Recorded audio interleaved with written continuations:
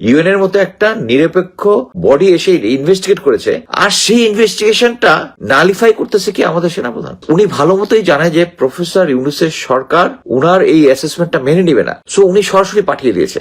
এখন সরকারের সাথে ভারতের ভালো সম্পর্ক নেই, তাদের ভারতের রাজনীতিবিদরা বিভিন্নভাবে মানে কথাবার্তায় বুঝিয়েছে। সেনাপ্রধান, ভারতীয় সেনাপ্রধান উপেন্দ্র ত্রিবেদীর কথাবার্তায় তো এটা খুব স্পষ্ট হয়েছে। এই মুহূর্তে এ ধরনের আন্তর্জাতিক একটা সংস্থার ইনভেস্টিগেশনকে নাল এন্ড ভয়েড করা, নিজে নিজে করে ওখানে পাঠিয়ে দেওয়া, এটার মানে হচ্ছে এটা ভারতের প্রেসক্রিপশনে উনি করেছেন। এই যে বিক্রম মিশ্রের সাথে দেখা করা বা রাওয়াতে এটা ভাষণ দেওয়া, এটাই প্রমাণ করার চেষ্টা যে Bangladesh army is a power holder, stake holder beside professor ইউনূসের সরকার। মানে সরাসরি ইউএন হেডকোয়ার্টারে চিঠিটা পাঠানো সরকারকে বাইপাস করে এই কজে professor Yunus should fire general Waker. উনি সরকারকে ক্লিয়ারলি আন্ডারমাইন করেছেন এটাতে।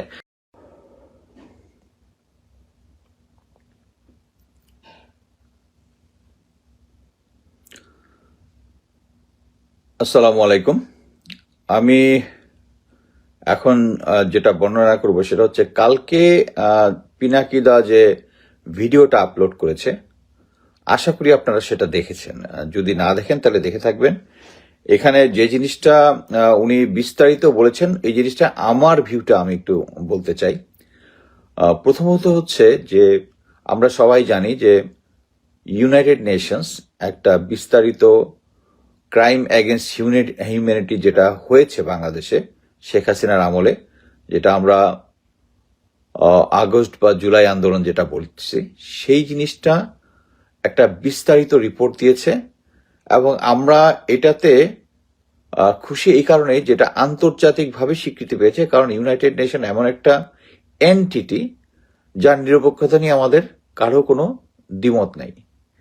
কিন্তু একটা জিনিস দেখেন যে এই রিপোর্টটায় ইউনাইটেড নেশন যে রিপোর্টটা দিয়েছে, এটা সেনাবাহিনীর তরফ থেকে একটা চিঠি সরাসরি ঢাকার যে ইউএন সদর দপ্তর আছে ওখানে পাঠানো হয়েছে, এবং বিভিন্ন যুক্তি তর্ক তুলে ধরা হয়েছে যে তারা তাদের ম্যান্ডেট অনুযায়ী কাজ করেছে এবং কাজগুলো সঠিকই ছিল।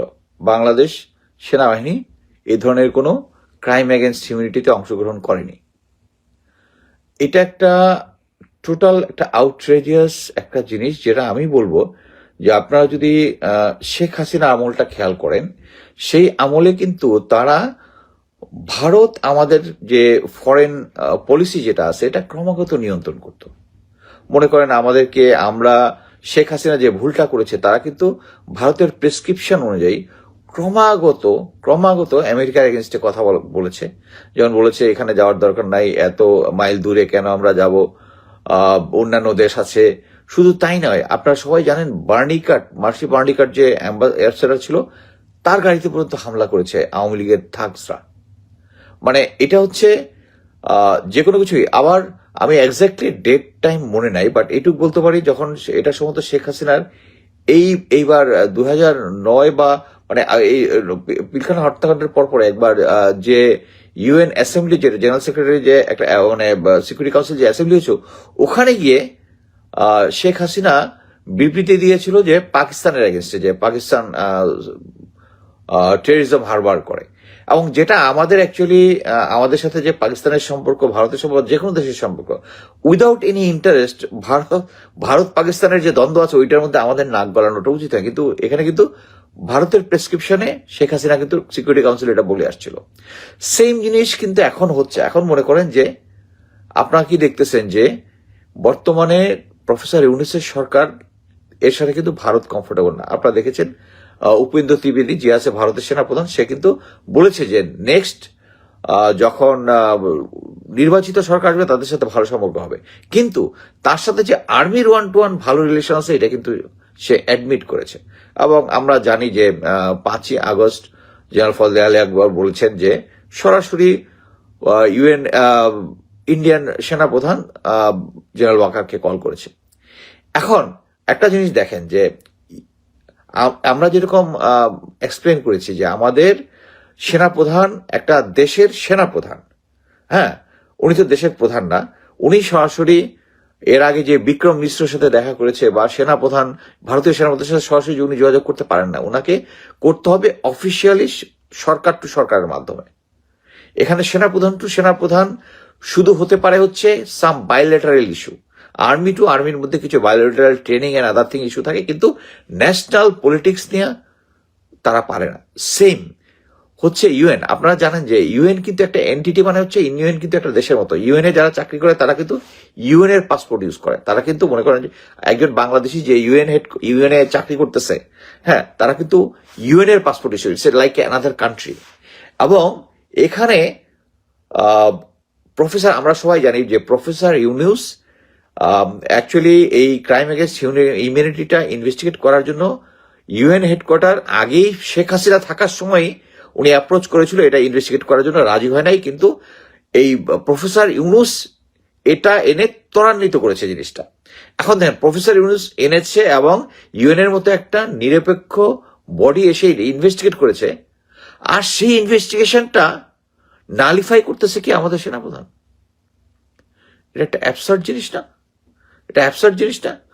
উনার যদি কোনো বক্তব্য থাকে, এটা নিয়ে ইনভেস্টিগেশন থাকে, উনি পিনাকিদা এটা রাইটলি বলেছে যে উনার এটা পাঠানোর কথা হচ্ছে আর্ম ফোর্সেস ডিভিশনে। আর্ম ফোর্সেস ডিভিশনে এটার সত্যতা বা এটা যদি কমেন্ট থাকে এটা যাচাই করে তারপরে দিবে ডিফেন্স মিনিস্টার, ডিফেন্স মিনিস্টার দিবে সরকার কাছে।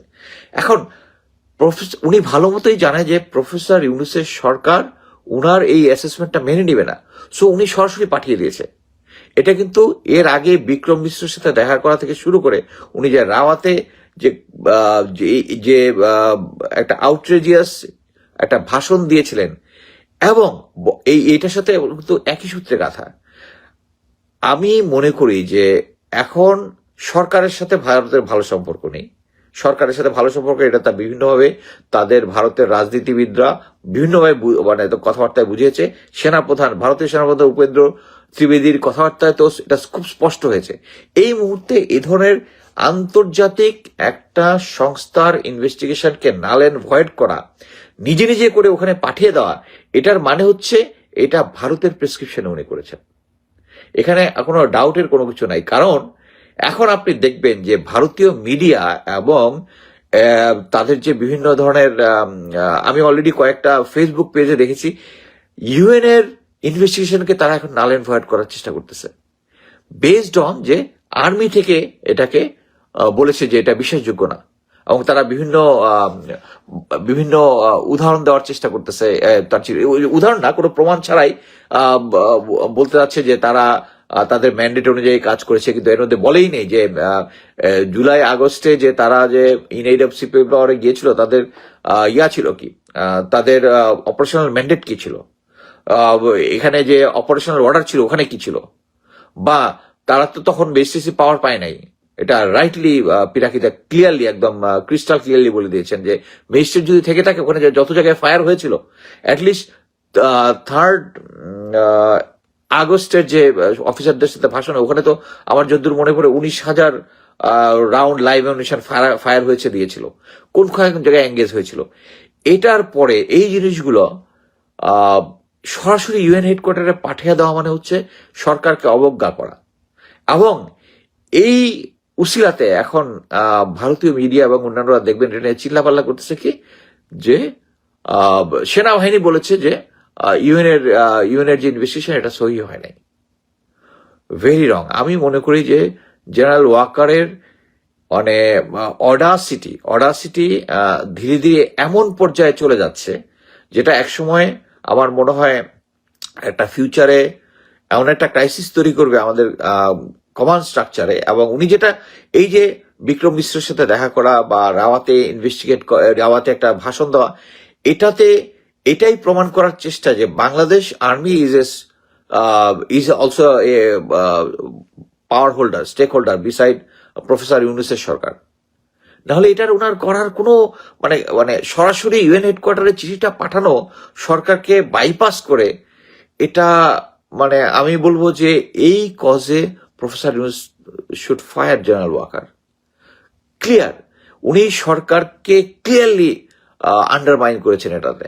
যে প্রফেসর ইউনুস এই ইনভেস্টিগেশনটা করিয়েছেন, হ্যাঁ, উনি এটা আন্ডারমাইন করেছেন। এবং এই ইনভেস্টিগেশনের এই রিপোর্টের উপর ভিত্তি করেই কিন্তু প্রফেসর ইউনূস বিভিন্ন জায়গায় বক্তৃতা দিচ্ছেন, আন্তর্জাতিক পর্যায়ে বলতেছেন যে এটা একটা গাজা হয়ে গিয়েছিল বাংলাদেশের সিচুয়েশন, শেখ হাসিনা যে যে সিচুয়েশন নিয়েছিল, এবং ওটাকে আন্ডারমাইন সরাসরি করতেছে জেনারেল ওয়াকার। এবং এটা ক্লিয়ারলি ভারতের প্রেসক্রিপশনে হচ্ছে। এবং যে একটু ন্যূনতম ডিপ্লোমেসি,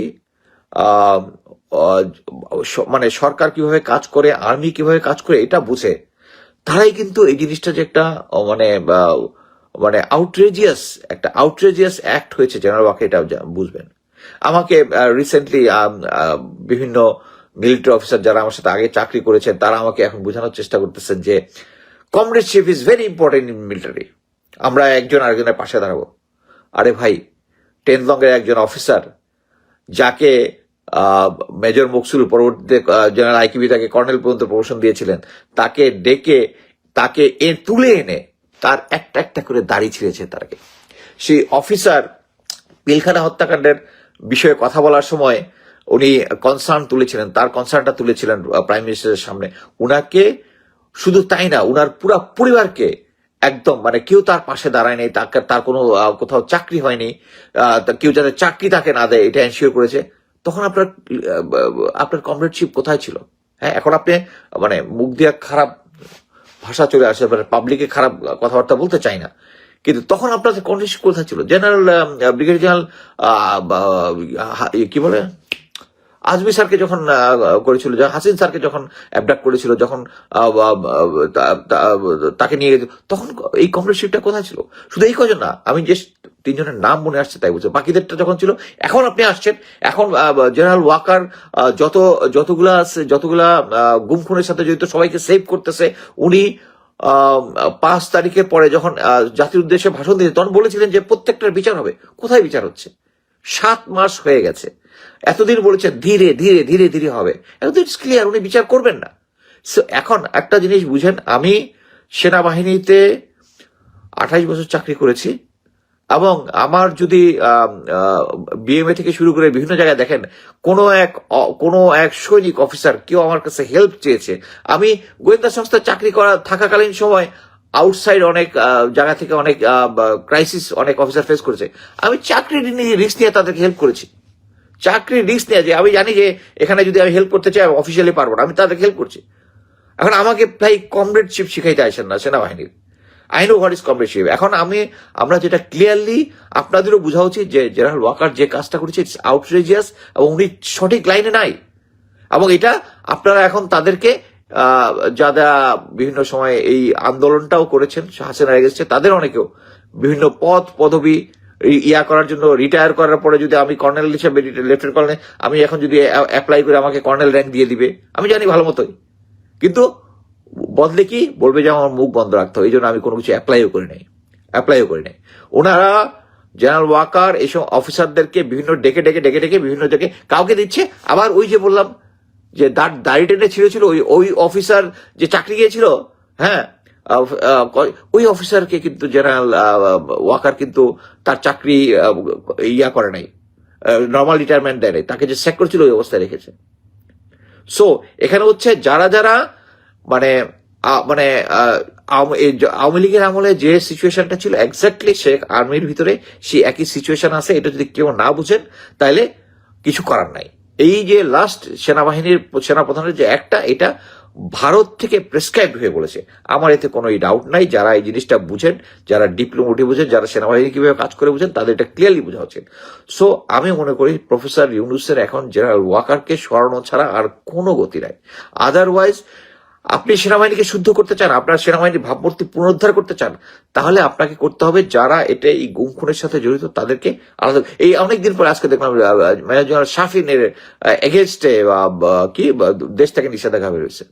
এটা আরো আগে বের হওয়া উচিত ছিল, আরো আগে। আপনার মনে আছে কিনা ক্যাসিনো জেনারেল, উনি বিজিবি থাকাকালীন সময়ে একদম বিজিবির ভিতরে যে সমস্ত অকাম কুকাম যেগুলা করেছেন, মানে টাকা পয়সা রিলেটেড লোকাল পলিটিশিয়ানদের সাথে মিক্স আপ হয়ে যে ক্যাসিনো খেলেন, কিন্তু হোয়াট নট। আর এখন আমাকে কমরেডশিপ দেখানোর জন্য এই ক্যাসিনো জেনারেলের পক্ষে কথা বলতে হবে। মাফ করে দেন, আমি এটার মধ্যে নাই। সো আমি যেটা মনে করতেছি, জেনারেল প্রফেসর ইউনূসের উচিত ইমিডিয়েটলি জেনারেল ওয়াকারকে না সরানো পর্যন্ত দেশের এই আন্ডার সিচুয়েশন ভালো হবে না। ধন্যবাদ।